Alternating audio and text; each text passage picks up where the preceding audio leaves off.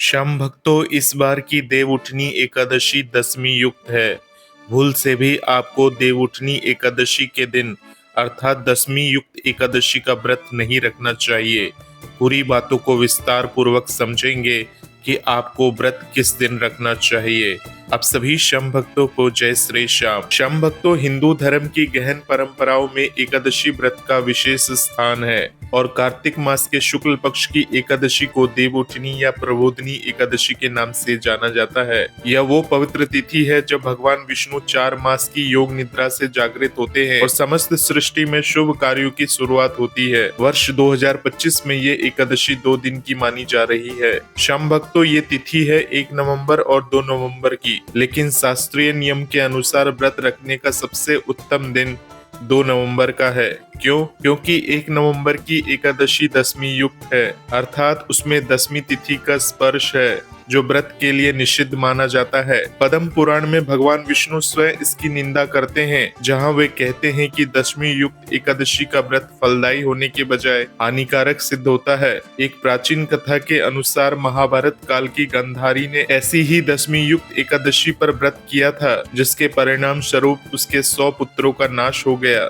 यह कथा हमें सिखाती है कि शास्त्रों की आज्ञा का पालन करना कितना आवश्यक है। इसलिए श्याम भक्तों, 1 नवंबर को केवल चावल का त्याग करके सावधानी बरतनी चाहिए, लेकिन पूर्ण व्रत उपवास नहीं करना चाहिए। इसके विपरीत 2 नवंबर की एकादशी त्रिस्पर्शा योग में है, जो इसे अत्यंत दुर्लभ पुण्यप्रद बनाती है। त्रिस्पर्शा एकादशी वह विशेष योग है जहां एक ही व्रत अवधि में 3 तिथियां अर्थात एकादशी, द्वादशी और त्रयोदशी स्पर्श करती हैं। सुबह एकादशी तिथि रहती है, पूरे दिन द्वादशी का प्रभाव रहता है और व्रत पारण के समय त्रयोदशी का स्पर्श हो जाता है। यह योग हर वर्ष नहीं बनता, यह कभी कभी ही घटित होता है, और जब होता है तो भगवान विष्णु की कृपा कई गुना बढ़ जाती है। पद्म पुराण में भगवान शिव स्वयं नारद जी को इसकी महिमा के बारे में बताते हैं कि त्रिस्पर्शा एकादशी का एक व्रत 1000 एकादशी व्रतों के समान फल देता है। यह व्रत न केवल पापों का नाश करता है, बल्कि साधक को मोक्ष की ओर अग्रसर करता है। रात्रि जागरण करने वाला व्यक्ति भगवान विष्णु के स्वरूप में लीन हो जाता है और उसके करोड़ों जन्मों के संचित पाप नष्ट हो जाते हैं। इस योग में व्रत रखने से जीवन में सुख, समृद्धि और आध्यात्मिक ऊर्जा का संचार होता है। भगवान विष्णु को यह योग अत्यंत प्रिय है, क्योंकि इसमें 3 तिथियों का मिलन सृष्टि के चक्र को प्रतीकित करता है। एकादशी विष्णु भक्ति की, द्वादशी पारण की, शुभता की और त्रयोदशी नई शुरुआत की। श्याम भक्तों, धार्मिक ग्रंथों में वर्णित है कि त्रिस्पर्शा एकादशी स्वयं में सर्वश्रेष्ठ है। यह असीम फलदायिनी है और साधक को कर्म बंधनों से मुक्त करती है। उदाहरण स्वरूप विजया एकादशी की कथा में भी त्रिस्पर्शा योग का उल्लेख है, जहां भगवान राम ने इस व्रत को रखकर लंका विजय प्राप्त की थी। इसी प्रकार 2025 में 2 नवंबर को पड़ रही इस देवउठनी एकादशी में त्रिस्पर्शा योग का बनना इसे और भी विशेष बना देता है। व्रत की विधि सरल होते हुए भी प्रभावशाली है। सुबह उठकर स्नान, ध्यान, विष्णु पूजा, तुलसी विवाह का आयोजन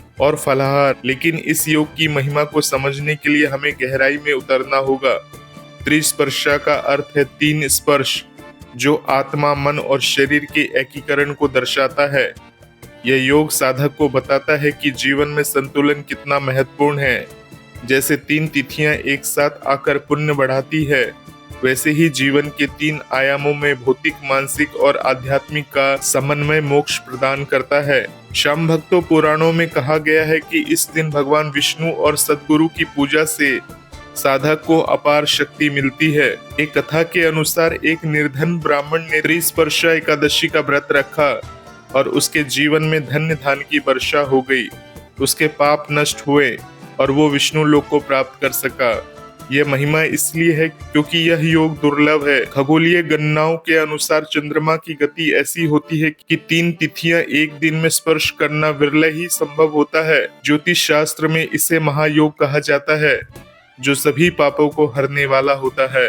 पापाकुंशा एकादशी की तरह जब त्रिस्पर्शा बनती है तो व्रत का महत्व 10 गुना बढ़ जाता है। साधक को इस दिन दान, जप, तप और ध्यान से असीम पुण्य प्राप्त होता है। विशेष रूप से देवउठनी एकादशी पर यह योग पढ़ना और भी शुभ है, क्योंकि यह वो समय है जब भगवान जागृत होते हैं और सृष्टि में मांगलिक कार्य शुरू होते हैं। विवाह, गृह प्रवेश इत्यादि। त्रिस्पर्शा की महिमा इतनी विस्तृत है कि इसे एकादशी महारानी कहा जाता है। यह न केवल वर्तमान जीवन को सुधारती है, बल्कि पूर्वजों के पितृदोष को भी दूर करती है। स्कंद पुराण में वर्णित है कि इस व्रत से पितरों को तृप्ति मिलती है और साधक को ब्रह्मलोक की प्राप्ति होती है। श्याम भक्तों, आधुनिक संदर्भ में यह व्रत स्वास्थ्य लाभ भी देता है। उपवास से शरीर डिटॉक्स होता है, मन शांत होता है और आध्यात्मिक जागृति आती है। लेकिन शास्त्रीय दृष्टि से इसकी महिमा अनंत है।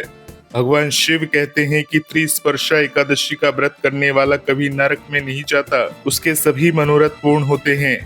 एक अन्य कथा में राजा हरिश्चंद्र ने इस योग में व्रत रखकर अपनी खोई हुई राज्य संपदा वापस पाई।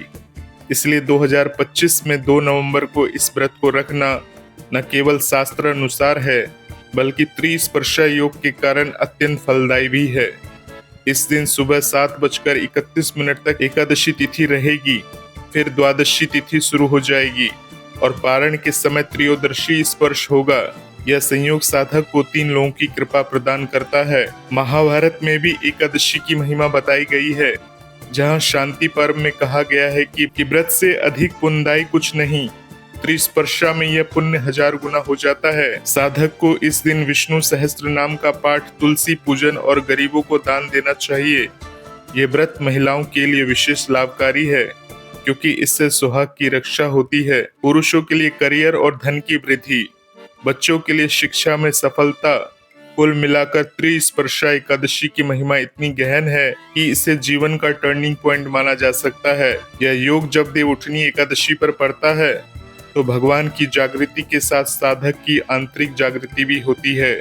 श्याम भक्तों, प्रबोधनी का अर्थ ही यही है, ज्ञान से जगाना। इसलिए 1 नवंबर की बजाय 2 नवंबर को व्रत रखना बेहतर है, क्योंकि दशमी युक्त होने से नुकसान हो सकता है, जबकि त्रिस्पर्शा से अपार लाभ। शास्त्र कहते हैं कि ऐसी एकादशी पर व्रत न करने वाला जीवन भर पछताता है। इसकी महिमा को विस्तार से समझे। पद्म पुराण में भगवान शिव नारद से कहते हैं, हे नारद, त्रिस्पर्शा एकादशी का व्रत वो है जो सभी व्रतों का राजा है। यह पापों को जड़ से उखाड़ फेंकता है और साधक को विष्णु भक्ति में डुबो देता है।